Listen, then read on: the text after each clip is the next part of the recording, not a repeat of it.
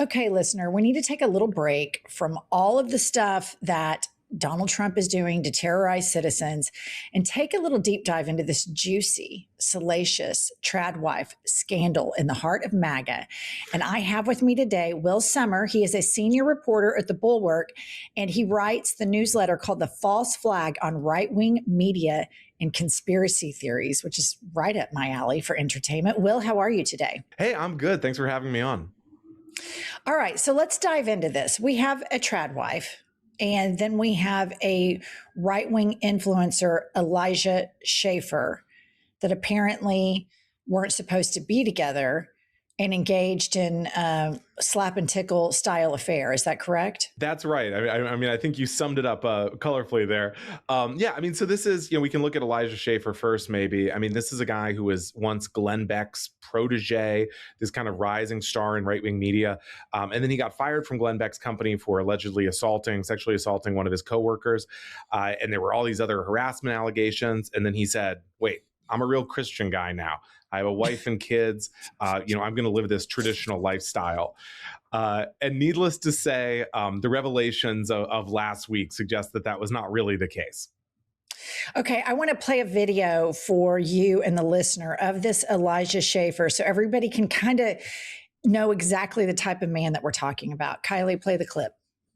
I saw a tweet that said this. It's like, it's crazy in 2025 to pull bitches. You literally have to be like a millionaire, 6'7", drive a Lamborghini, and like that's who, like, you know what I mean? Like, and be white. And it's like, yeah, so women are still going after men that emulate the most masculine tendencies, right? They're going after tall, rich, famous men. And men, and what do we get? The women, they're just whores. They can't even cook a Hot Pocket, So it's like, and that's why once you have sex with them, once you come to your senses, right? So it's like you have that post ejaculate clarity, not clarity, they call it online these days. But like, because you realize, like, after you nut, you're like, you're just a bunch of holes. And that's really sad, because then it devalues women. So then your view of women becomes so low, because women really are just a bunch of holes today. But that doesn't mean that's who they have to be, or who God made them to be, or what they should be. And I think that a lot of the hatred that I have towards women, and a lot of the hatred a lot of men have towards women, is simply the product of generations of sin and rebellion that have created women to be something that they're not. They're not feminine. They're masculine. And like look at this type of woman that. Okay. I mean, that's alarming, to say the least, and how it's all wrapped up into Christianity. And I'm from Oklahoma, where I lived for 51 years. This doesn't surprise me. This type of toxic masculinity wrapped up into religion, and the institutionalized misogyny and sexism that's built into this sect of Christianity. Yeah, well, I mean, what a gentleman, right? I mean, you can see there's the guy with the beard, Joel Webbin, who is I believe a pastor, a very evangelical Christian guy, and he's almost like Elijah. You're making the subtext of this all a little obvious, that it's about sort of imprisoning women, or sort of ensuring you have this access to a woman. I mean, it's gross stuff. And this is what he was saying when he was supposed to be the traditional family man. And so, I mean, as we found out, however, he had this employee, this woman, Sarah Stock, who is herself sort of a Catholic trad wife. And, apparently they were carrying on an affair, I guess, before she got engaged, but he was married with kids. And that, even as they were both proclaiming, oh, we're so against fornication, and, all, as you see Elijah say there, all modern women are so awful and promiscuous, that they were carrying on this sort of scandal. Okay, it's nuts. Okay, so this right-wing, I think he's a right-wing, kind of controversial figure, Milo. And I'm mispronounce his last name. What is it? Yiannopoulos. Okay, Milo Yiannopoulos. He goes on a Twitter rant about this. I'm going to read these, and I want to get your feedback on these because it's juicy AF. Okay, pop this up, Kylie. Milo says, in February 2025, Sarah Stock and Elijah Schaffer began sleeping together. The affair ended on the day she got engaged. About 6 months later, in that time, they experienced multiple pregnancy scares. It is alleged by one former acquaintance that Sarah got at least one abortion. Do you have any reporting on that? I don't. I mean, it basically the backstory here is that this kind of this content had been circulating for about a week before Milo published it.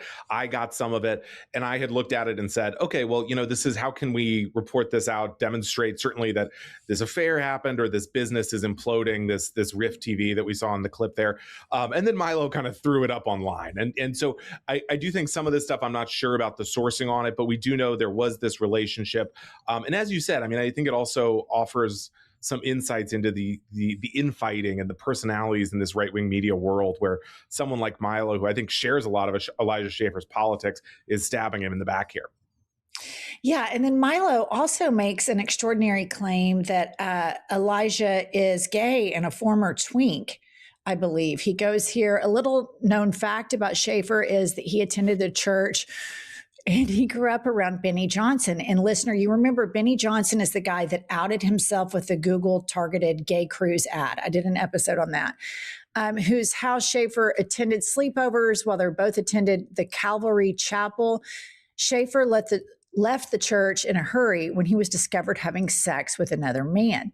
And obviously, I mean, I don't know if this is true or not, but I think the through line here is that this group of MAGA Christians are very sanctimonious and they're very interested in the sex lives of American citizens. They want to legislate marriage and, what gender or sexuality, or they're completely want to regulate and control bathrooms and all of these things. Meanwhile, they're involved in this complete depravity and they justify it somehow, as you heard in the tape with Elijah, with religion. And this is not unfamiliar to me because when I grew up in Oklahoma around all of these evangelical Christians, I always found the more overtly religious they are, the more screwed up they were. And so Milo, he seems to be outing this. Does he have sources for this? It's a little unclear what exactly he's up to. I mean, Elijah Schaffer has often kind of been dogged by these gay rumors. I mean, number one, I think we should say basically anyone on the right, any man is going to be accused. They're always accusing each other of being gay.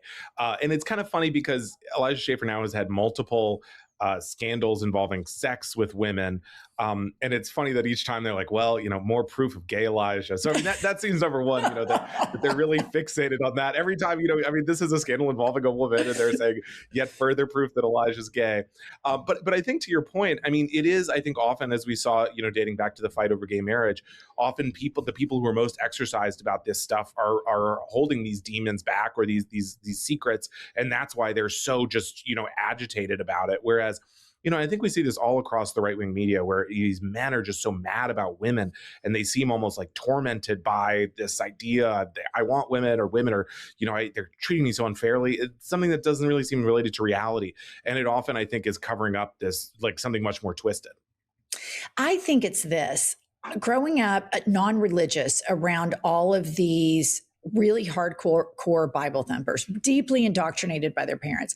The number one thing they learn as they're being raised is you cannot have sex. You cannot have sex. You cannot have sex. Sex is the devil, demons, Satan, all this crazy shit before they even have hormones.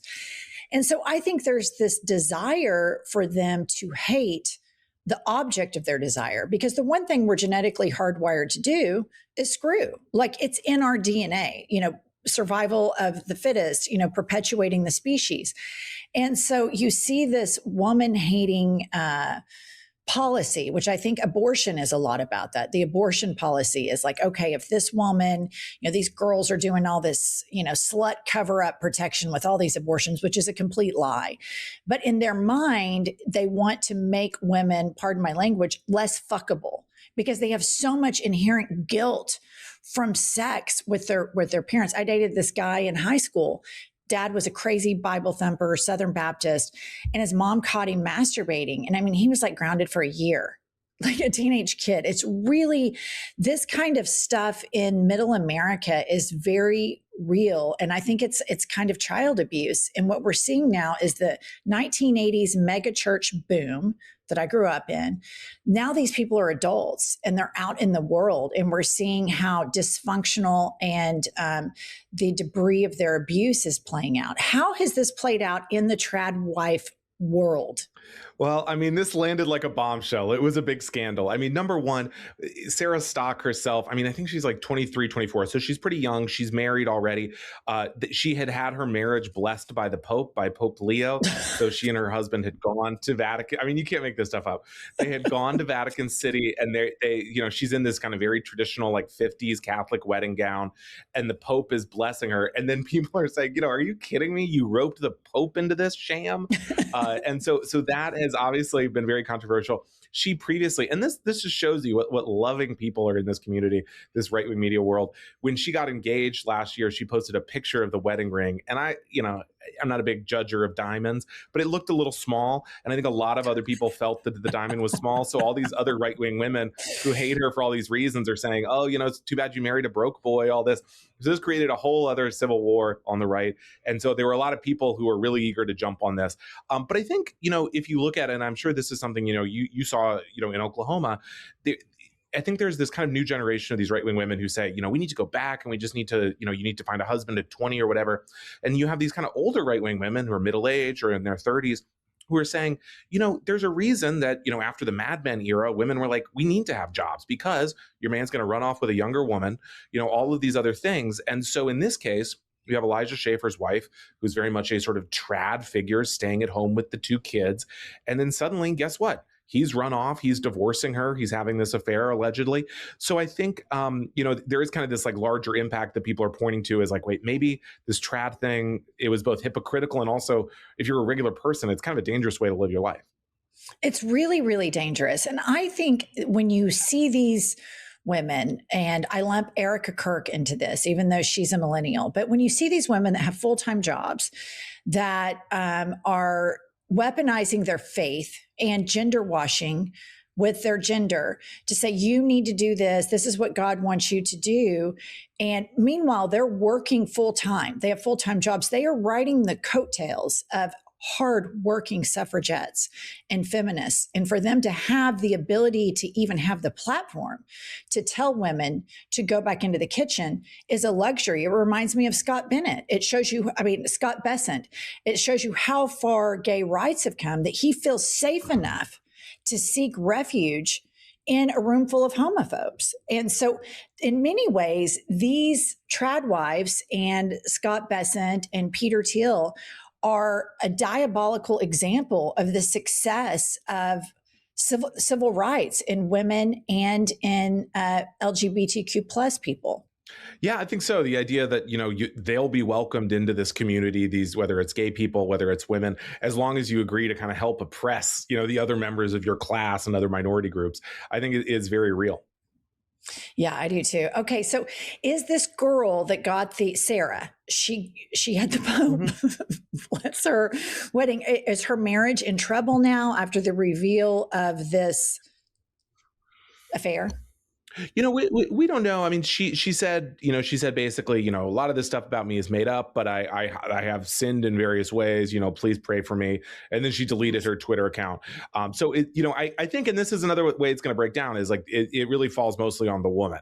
And so I think she's kind of disappearing. On the other hand, Elijah, he's decided to do a heel turn, and he came out, and I'm basically quoting him here. He said, yeah, I have a dick and it works, deal with it. So he's back to the bad boy persona. I guess the family man stuff is over. It's a very twisted community, all these kind of right-wing e-celebs. That is crazy. I think it's so difficult for those of us that aren't in it to realize, like, sometimes I'm thinking, how did somebody vote for Trump 3 times? Like, how do you see him on TV and then you vote for him 3 times, and then you hear Elijah and then you hear all of this stuff and you're like, oh, this is how this is the cult. This is the cult of his support. Do you think that this is going to have a backlash on the tradwife movement? I do think it will. I mean, I think in particular, Sarah Stock was, again, this is a woman who was blessed by the Pope. A real kind of like trad, ostensibly, although she also had this kind of like influencer YouTube career. So, not exactly that trad. But, I do think it's suggested, certainly I've seen other young right-wing women on the internet saying, well, wait a minute, maybe things are a little more complex. Maybe I shouldn't be rushing out to get married by 21 and become a homemaker. Maybe I need to sort of live my own life first. because, I think this has been kind of a disaster for trads in general. Yeah. Honestly, I feel badly for Sarah. I mean, probably completely deeply indoctrinated as a child, which I think that type of religious indoctrination is child abuse. And here she is, acting out what she thinks is the right thing to do, submitting to men.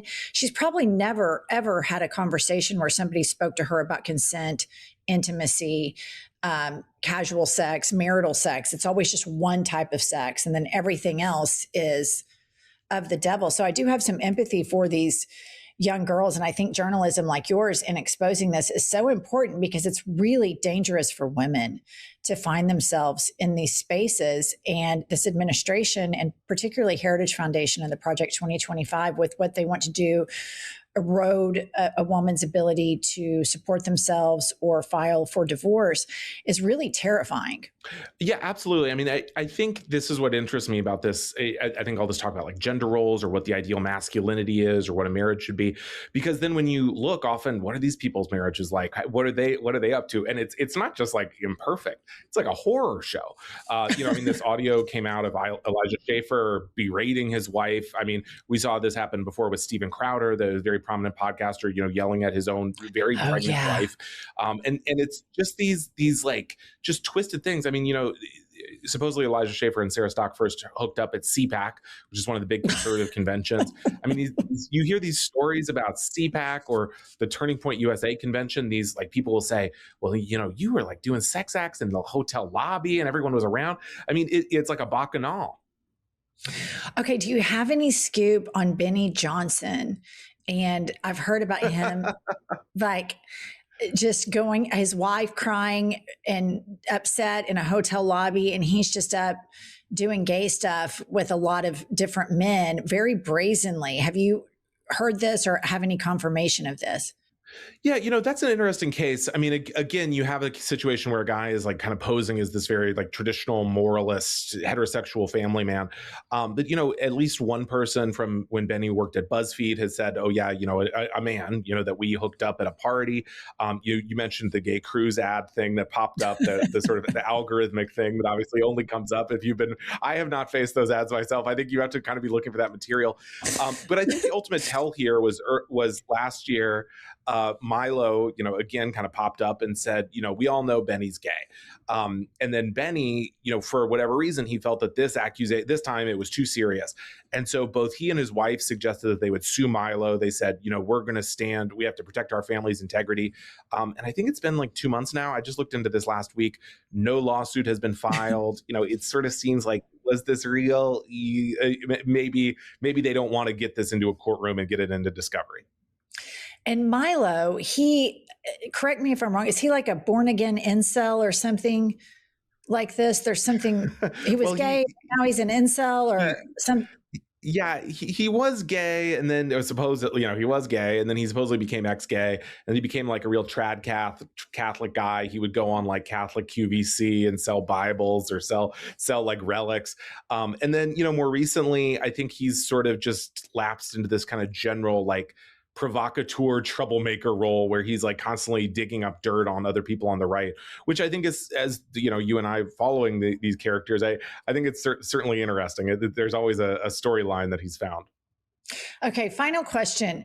I always associate a lot of this stuff with evangelical Christians, but it seems like there's a far right Catholic component to these trad wives with the Pope and Milo, hard right Catholic, J.D. Vance, his third religion now that he's on after his third name change is Catholicism. So are you seeing a lot of like hard right Catholics in this genre? I am. I think we're seeing both the rise of what they call themselves trad Caths. So people who they really love the Latin Mass. Typically, these are converts, like J.D. Vance, who see the Catholic Church as sort of I don't know if they see the kind of like the non-denominational evangelical thing as a little like déclassé for them, and they want sort of a more elevated version of those kind of hard right religious values. And there's also been a rise of even Greek or Russian Orthodox converts in the United States who are very political and right wing. Elijah Schaffer, for example, I believe he wears an Orthodox cross. I believe he's an Orthodox convert. So it's all these kind of different identities people are trying on. I should say, you know, Sarah Stock only converted to Catholicism, I think like less than a year ago, and had it become this kind of big, oh, you know, I'm back, you know, I'm going to live like it's the Middle Ages kind of person. And so often I think particularly with these media personalities, I think it's like they're kind of trying on different garbs for content, essentially. That's really interesting because, you know, to be a Catholic, you really have to do a lot of things.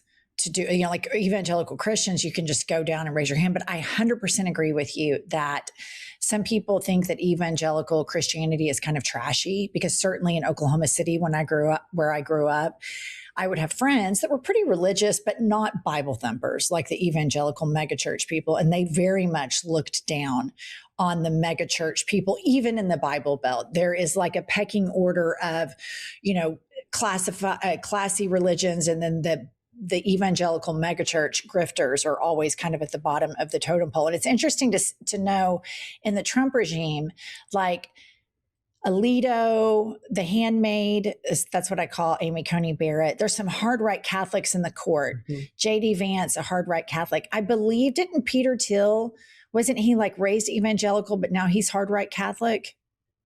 Do you know that?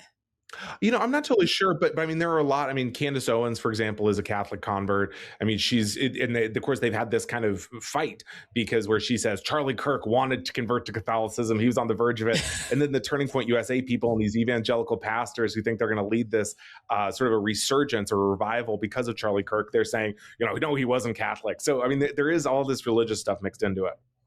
It's fascinating stuff. Well, thank you for joining me. Whenever you break any other MAGA sex scandal, I'm in. I'm your gal. I eat this shit up. I love it. Thank you so much. Thanks for having me.